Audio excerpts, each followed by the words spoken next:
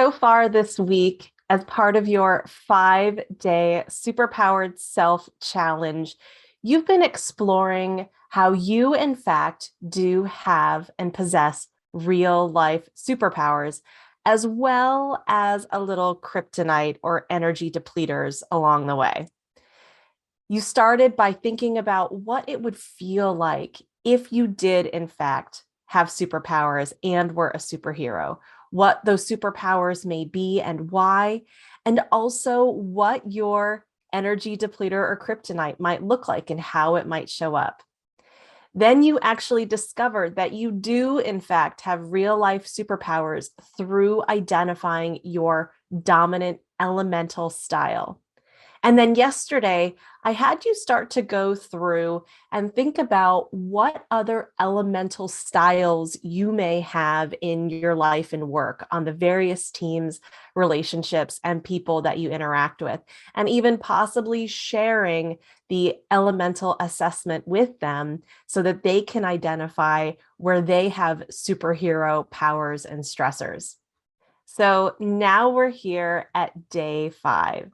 We've walked through each of the 5 elemental styles you may be and have on the various teams in your life.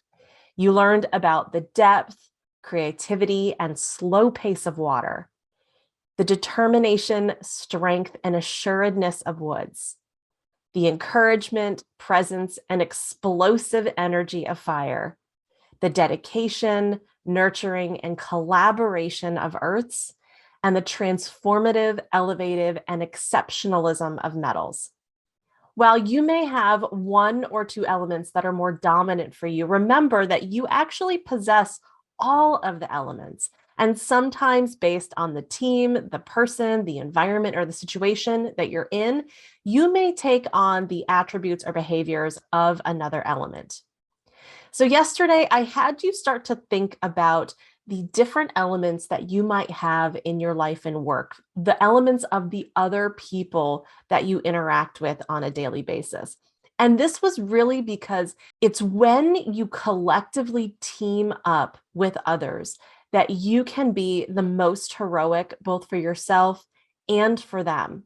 If you remember, for Harry, he would have been a goner if he didn't have Hermione, Ron, and the other powers from the Order of the Phoenix. It's together when they combined their powers that they were able to defeat He Who Must Not Be Named. For Luke, he needed Han and Leia and the rebel forces to help topple the Empire. And though she tended to prefer to, pardon the pun, fly solo, it's when Captain Marvel teamed up with the Avengers that they were able to save the multiverse. And so that's why it's important to understand the elements, not simply so that you can identify who you are, but more importantly, know that, say, when you're experiencing water-like stressors, what type of elemental allies you may need to help bring you up to optimal state and vice versa. When we think about waters, remember, waters like to go with the flow. They are at their own pace. They are playful and imaginative. They're incredible listeners, but they can sometimes get a little too deep in their own feels or thoughts. A water is going to help a metal plan a path with precision. They're going to help them take a broader, higher perspective to a situation and pull them back up to the surface. And earth will be a model for helping a water find empathy and understanding with others and help them keep an open mind versus getting stuck in their own assumptions of their story or the situation. Though a water is inspiring, they may need the superpowers of a fire to help them spark new ideas, encounters, and conversations, and to help them maintain their connection with others. And while a water can often struggle to turn their ideas into action, often feeling overwhelmed by all of the details, it's when they team up with a wood that they'll be able to stay focused and planned and make sure that they are executing on those ideas. With woods, they are solid. They are very firm in their ideas and their initiatives, but they're fearless. They're change makers, but they can sometimes be a little stubborn and think they're right and be a little bit too direct with people, not necessarily always being considerate of other people's feelings. But a water, when they pair up with a wood, they'll help them find balance through a little bit of patience, a little bit more reflective listening, and helping a wood slow down. A metal is going to help strengthen a wood's powers through their calm, even demeanor, their perspective, and their unique reflections on a matter. And Earth's power is going to remind a wood of their humanity, their empathy and compassion for others, and help them stay grounded. And when a wood is feeling stressed or a bit overworked and they are in desperate need of a pause, the fire is going to help them reset their state of mind through play, celebration, and a positive attitude. For fires, they are balls of energy, always open to the next opportunity, encounter, idea, and so on. They love to have fun and they will shake any other element out of whatever funk they might be in.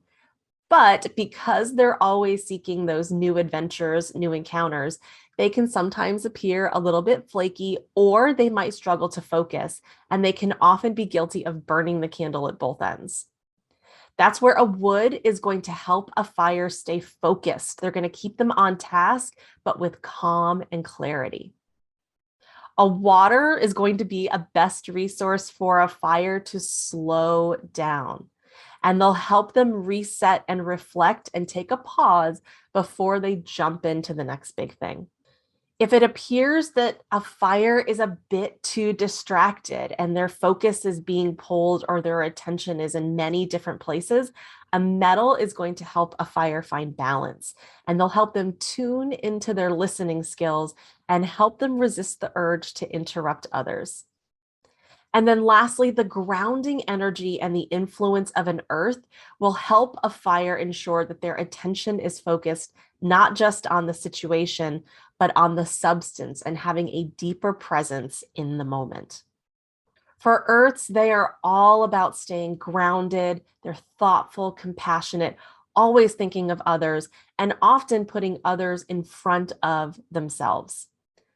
A water will help give an earth the time needed to avoid hasty decisions like always saying yes, and help them also tune into their own voice so that they can speak their truth and their true desires. The structure and drive of a wood can help keep an earth motivated and focused, and they'll also ensure that they're not overloading their workload or their to-dos. A fire is going to shower an earth with enthusiasm and keep them motivated and encouraged and help them get things done.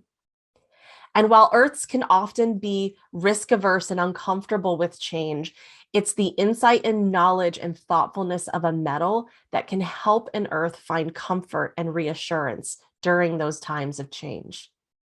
And then lastly, our metals, they're all about precision, perfection, decisions, and structure, always seeking something higher, greater than themselves, which can sometimes make them appear cold and distant and also get them caught up in perfection versus progress. That's where an earth can help push a metal beyond their comfort zone and help remind them of the power of connection with others instead of always just seeking the next big thing. And they'll help remind them of their compassion, a little bit of acceptance, and appreciation for what is versus what ought or should be. Learning how to go with the flow and be flexible in structure or standards is the gift that a water can provide to a metal. A wood will help support a metal's need for structure, but keep them focused on completion versus perfection. And then a fire reminds the metals of the joys of laughter and new experiences, even if it's just for the sole purpose of having fun. So, what I'd like you to do today for day 5, our final day of our challenge, is start to create and define and refine your ecosystems, the different ecosystems that exist in your life, in your work, and everywhere in between. First off, I want you to ask, what elements might you have on your teams? Think about the different elements that are at play, whether it's based on what you thought they might be, or if you actually shared the assessment with them and were able to identify what their elemental styles are. Also, ask yourself, what 2 or 3 elemental traits do you feel are your most heroic or strong? Remember, while each element has many core strengths, there typically are a few where you feel likely to be the strongest, the most heroic. What, in your way, is your unique and valuable contribution, and how can you show up and be a hero to those on your team and yourself? Now, remember, nature has 2 energetic states, the yin and the yang, the dawn and the dusk, winter and summer, north and south poles. Since we're talking about human nature, we also want to take the time to acknowledge our 2 states. That's why it's equally important to call out those traits that are your strongest weaknesses, those qualities that when you're stressed out or you're energetically sapped, they can emerge and be like your kryptonite. So take a moment and a breath and think about what happens when you're in a weakened state. What are a few of the primary traits that can overpower your otherwise heroic endeavors and where you may become a challenge to yourself or to others in your life and relationships? And if you look at the elemental styles of each person on your team, in what ways can you see harmony? How can certain elements help create balance when things start to feel a little off? In what circumstances or in what ways can each person support and possibly stress out you and each other?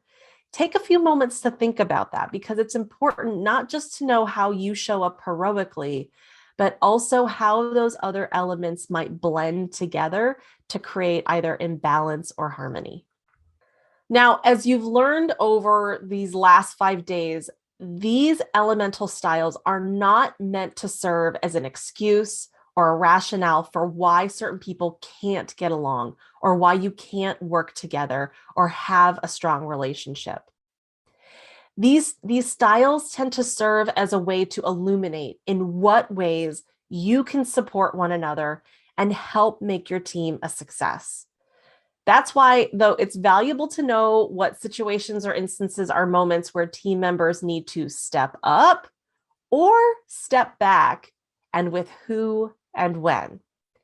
It's when you learn to take control of your elements, your elemental strengths and weaknesses, and lean on the elements of others and they on you, that you can begin to harness amazing superpowers and find balance in your human nature that we're all working in and through together.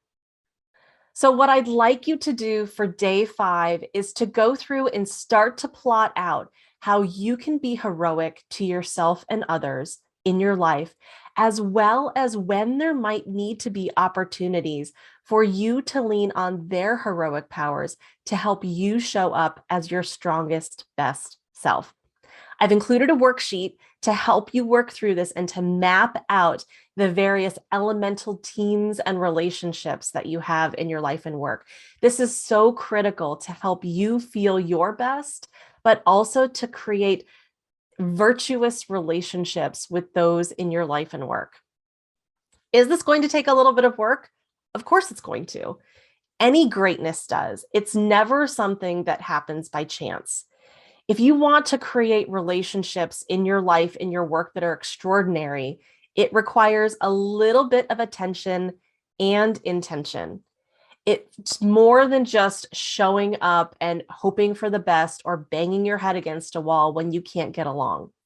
But it's when you and those in your life team up and lean on each other's heroic capabilities that you can create an environment, an ecosystem that is sustainable, supporting, and abundant. So I wish you the best of luck as you continue to map out your elemental relationships, your elemental teams, your strengths, and your strongest weaknesses, and how you can team up with others in your life to create those super squads. I hope you've enjoyed these last 5 days. I know I have. I look forward to hearing more about how you are leaning on your elemental traits, your elemental superpowers, and how it might be changing how you interact with yourself and with others in your life and ecosystem. So until next time, thank you so much for joining me on the Painted Porch. I look forward to seeing you for our next monthly challenge coming up in May.